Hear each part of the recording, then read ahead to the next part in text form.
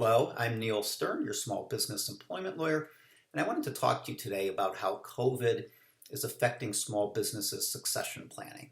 Now, normally when we talk about succession planning, we're referring to the identification of new leaders to replace existing leaders as they leave or retire. However, COVID has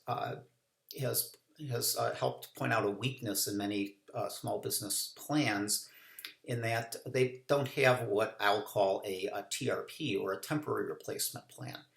And what that means is that for every employee in your organization, you should have a plan that you will know exactly how that person will be replaced if they suddenly fall ill or become otherwise unavailable. One of the unfortunate features of COVID has been that it can come on very rapidly.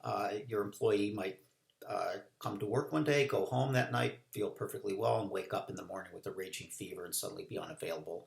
Or perhaps a member of their household becomes ill and they become unavailable for that reason.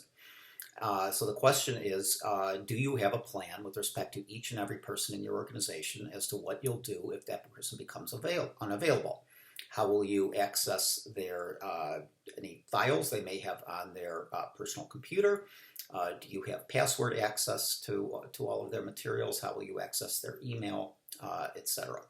And this goes doubly for yourself. If you're like many small business owners that I know and work with, you're probably accustomed to doing everything yourself.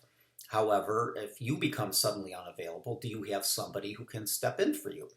Do you know somebody in your organization who has access to your passwords? Do you have somebody who can access your files, who will contact your customers or clients? And how will your customers and clients know who to reach out to? I view this as a form of disability insurance for your business. Like disability insurance, you hope you'll never need it, but if you do end up needing it, you'll be really glad to have it.